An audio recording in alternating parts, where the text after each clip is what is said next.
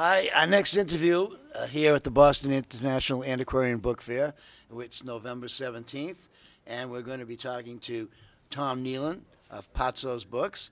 And Tom, tell us a little bit about your family, your mother, father, siblings, etc., where you grew up. And I was born in D.C. My parents were at Georgetown, but then moved out to New York when I was 2.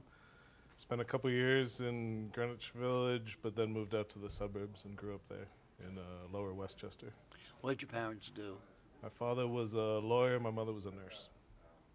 Were they book people? I mean, bookish people? Yeah, my mother always read a lot. Always books. Always reading. My father, lawyers. Yeah, well, I don't want to know any lawyer, frankly. When did you first start thinking in terms of being a bookseller? Did it come on you like a bolt of lightning, or did it have something you had to, gear yourself up to do? I think it happened sort of, I was between things. I'd been a paralegal. I'd sort of bounced around. I was an English major in college and then moved out to Albuquerque for no real reason. Yeah. Hung around there for a while and then moved to Miami Beach and got a job as a paralegal just, to pay the bills and because I enjoyed hanging out with lawyers.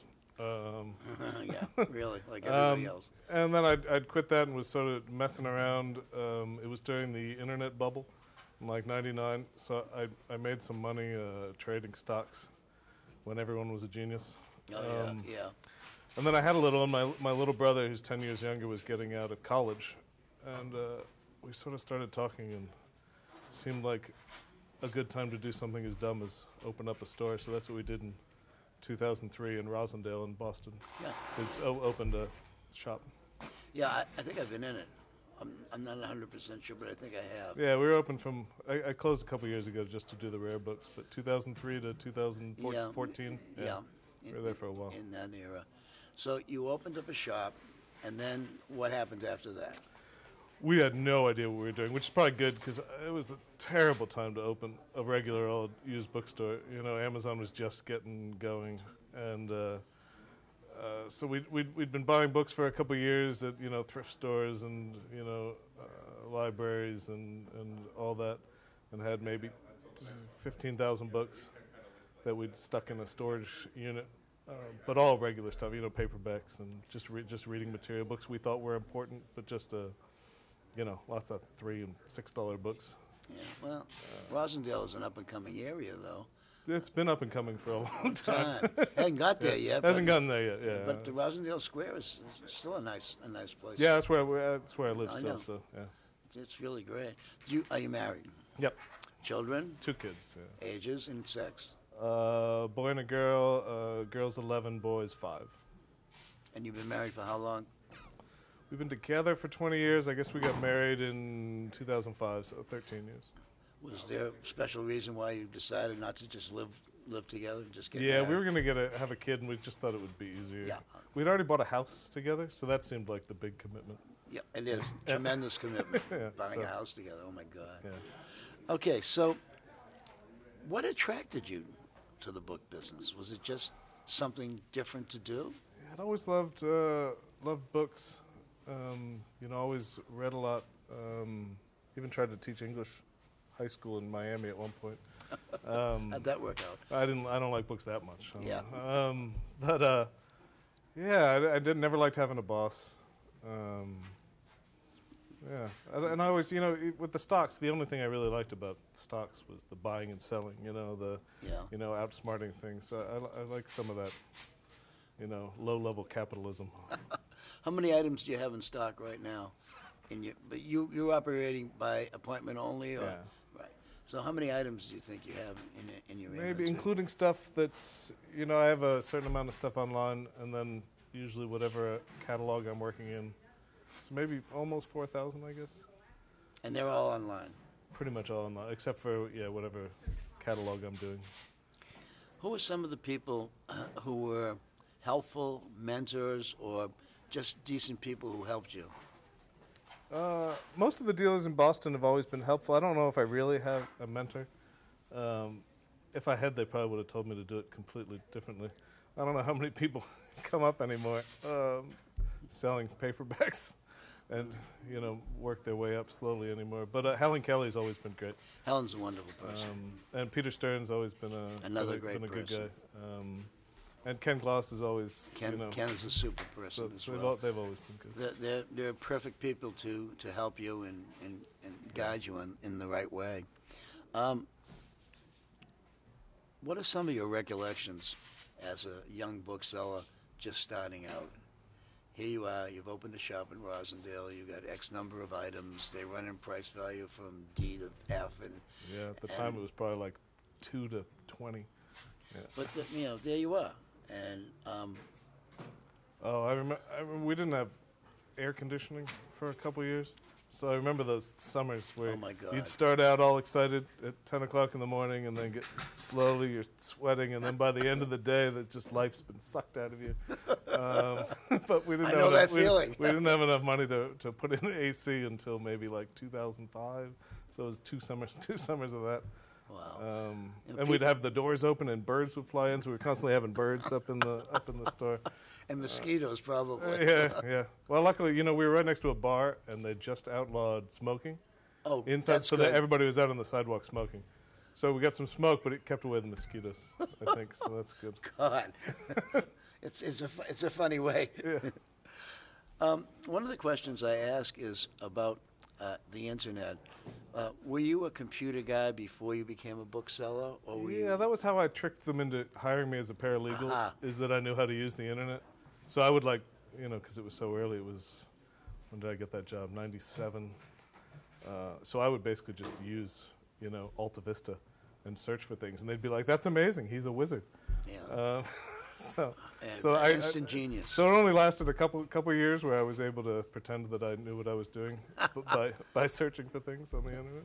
That's good. That's great. But so I was an early adopter at least, and I remember in 6th grade going to computer camp and learning how to program in BASIC, and I don't do any of that anymore. But I was always at least comfortable with computers. And what about your children? Do your children have any interest in what Daddy does, or do they care?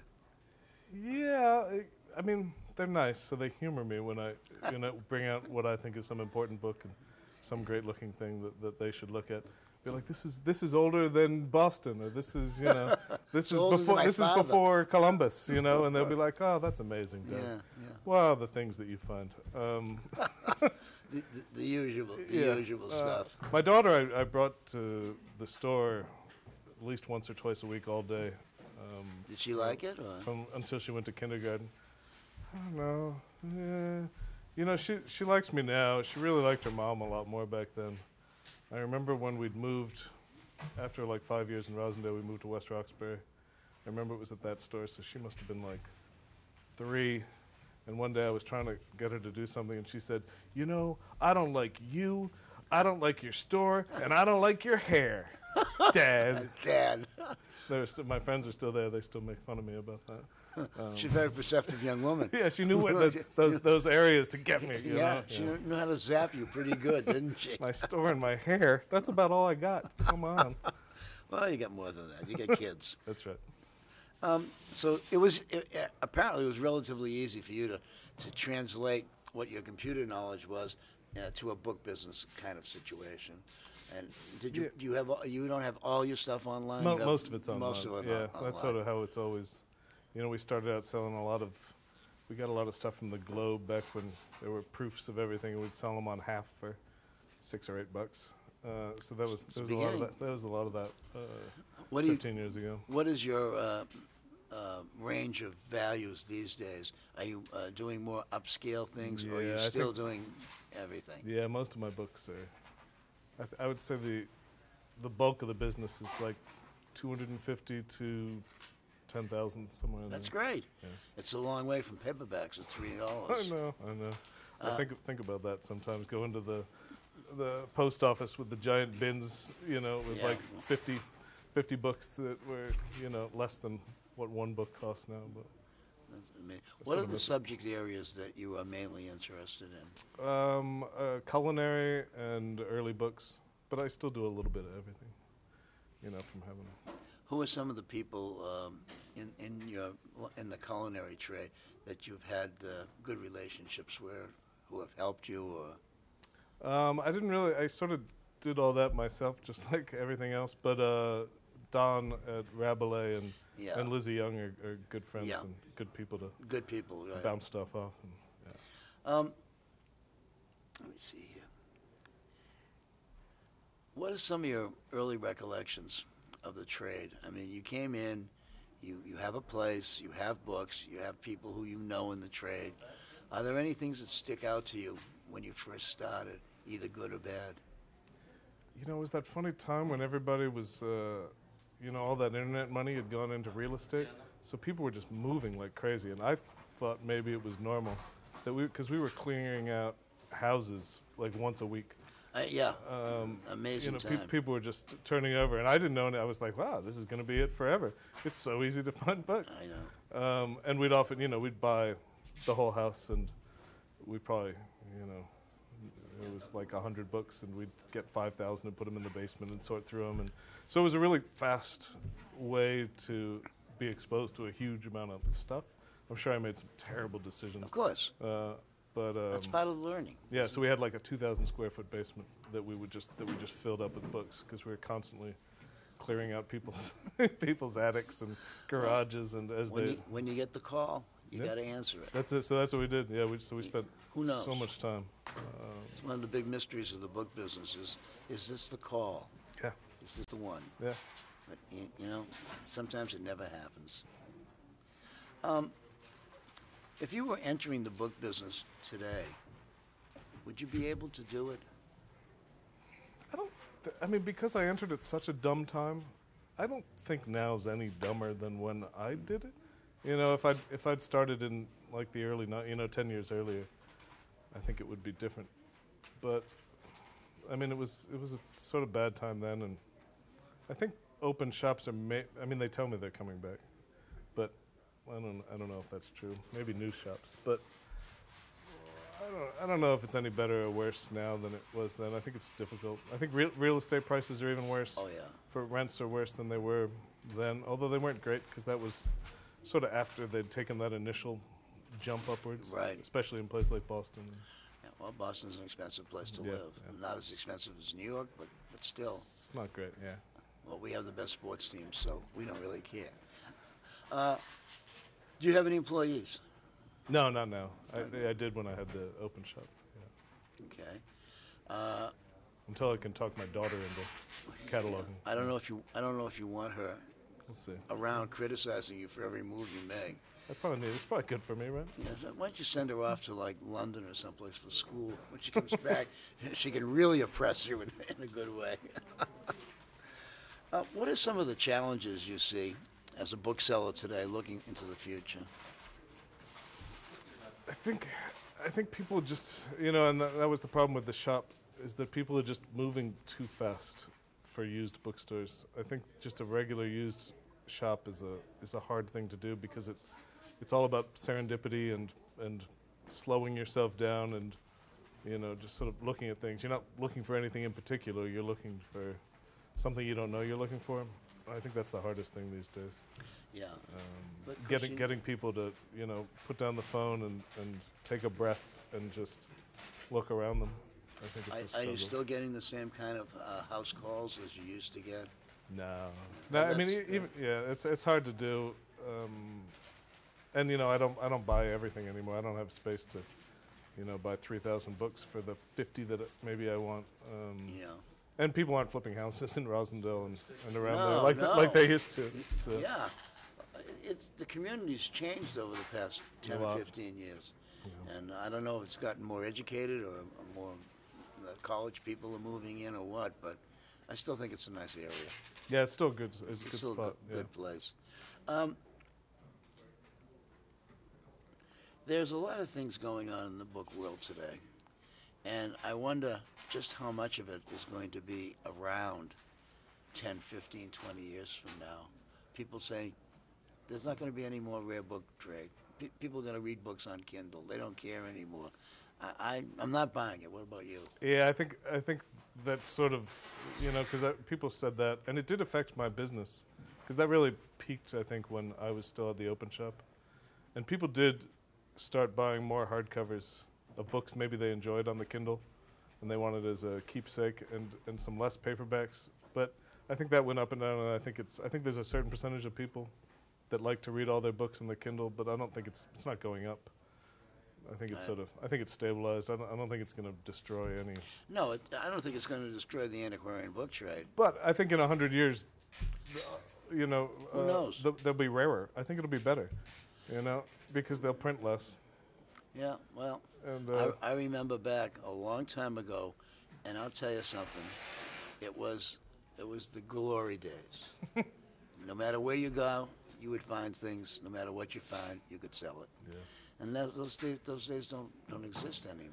Luckily, I missed that, or I'd be insufferable telling people about it. They're like, you don't even know. Yeah. We used to be able to just buy a box of books, put them online, sell them for $50 a piece. No problem. It took 45 minutes. We made $8,000. Yeah. Now we have to spend that money because otherwise we're going to lose it. Yeah. Has your wife any interest in the business? She's always helped out. She's more like a helper. Yeah. She has no inherent knowledge of anything per se. I mean, she doesn't have that. She knows some stuff about bookbinding and paper making, so related. Yeah, things. that's interesting. Yeah. That's interesting. And letterpress. So we're always looking to do some letterpress project. So she did take some classes with the old typesetting. One of the questions that I often ask is, do you remember what your best find was and your biggest disappointment was? You think a minute. So many disappointments. The disappointments is tough because it's all. A lot of them. There's so many. Best.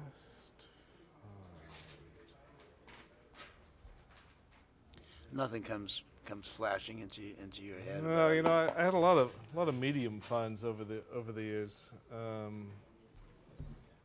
But yeah, No colossal. that made my steak. That's what I'm still waiting for. Yeah, well, we all are. Yeah. We all are. But sooner or later, things like that do happen. I do remember early on when I'd buy at a house and somebody would have like 3, cool leather-bound books in Morocco. I remember getting one. It's a Australian flower book, Twombly. It's a pretty common book now, but it was in a nice binding, and we never saw it. It was maybe 2 years in. And it was actually Lawrence O'Donnell's father down in Oh, Milton. I know him. Yeah, he'd written that book about, he was a cop and then a lawyer. Yeah. So I remember getting that book, and it sticks out because I remember then talking to him about all his Whitey Bulger stuff. And he's always connected to me with that cool blue Morocco book, which I see lots of now. But at the time, it was like, Yeah. it was this very precious, shiny thing. Well, like the man says, you can't judge a book by its cover. Right? Or its spine nowadays. Mm-hmm. And whether or not it's complete or not. Yeah, a lot of that. Which is something Nobody told me how much time I'd spend collating. Yeah, making sure that you had the number of plates, that all the pages were there, that you weren't missing anything. And Yeah, my wife is good for that. she- Hey, honey, can you collate this for me? I've got 104 plates. Can you give me your count? Yeah.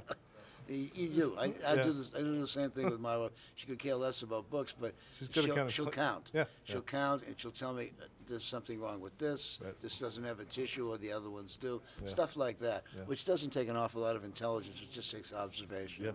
which is, of course, very You important. need that. Yeah. So where are you heading, Tom? Are you going to continue to go on this path of your $250 and up stuff? I don't know. I seem to be stuck somewhere. I do spend a lot of time with my children. Me too. So that keeps the business sort of. Then I spent a little time writing. A lot of the culinary stuff inspired me, and I ended up doing a book with the British Library with lots of. So for a little bit, I convinced myself maybe I could make a go of writing, but turns out you make even less money than selling books. It has to be a labor of love, I would think, Yeah. at this stage of one's life. So I still do some writing, but I've sort of stopped trying to make money writing. But that all sort of muddled things up. So, sort of, I think I'll probably continue more or less along these lines. The culinary books are always going to be a little, a lot of the interesting stuff is just not Yeah. super expensive, but it's really interesting to me, and so that'll always keep a balance with the incunabula which I do like, the really Well, early yeah, stuff. yeah. You and Jim Gray. Yeah. So I like to do some of that and then some of the culinary books to keep me honest. Well, we've got a lot of problems in our trade right now, so the more honest people we have, the better we're going to be. Yeah, it's a blow. Yeah, well, it's just something that happened, and I hope it doesn't happen again. So here we are. We're at the end of the line. Any parting words you want to make that are clean? No, you know how Rousey is, you know. I know. Rousey. No, it's been a good run. Yeah, I don't think I would have traded it. You know, the ups and downs and you learn more from your mistakes. So I had an opportunity to learn a lot. Yeah, a lot of over us the years. do. Yeah. But sometimes it just works out, and everything is great. I do hope more people try to start, maybe not quite where I did selling, but somewhere. I see a lot of people jumping in at the high end, and I think it makes it hard for the trade to persist when you have people, skipping 10 years. I think it's hard. It's almost impossible, Yeah. but sometimes they fail. Yeah. And hey, as long as we're both still doing it, what else could be better? That's Thanks right. a lot, Tom. Yeah, Really thank you. appreciate Yeah, it it. was fun.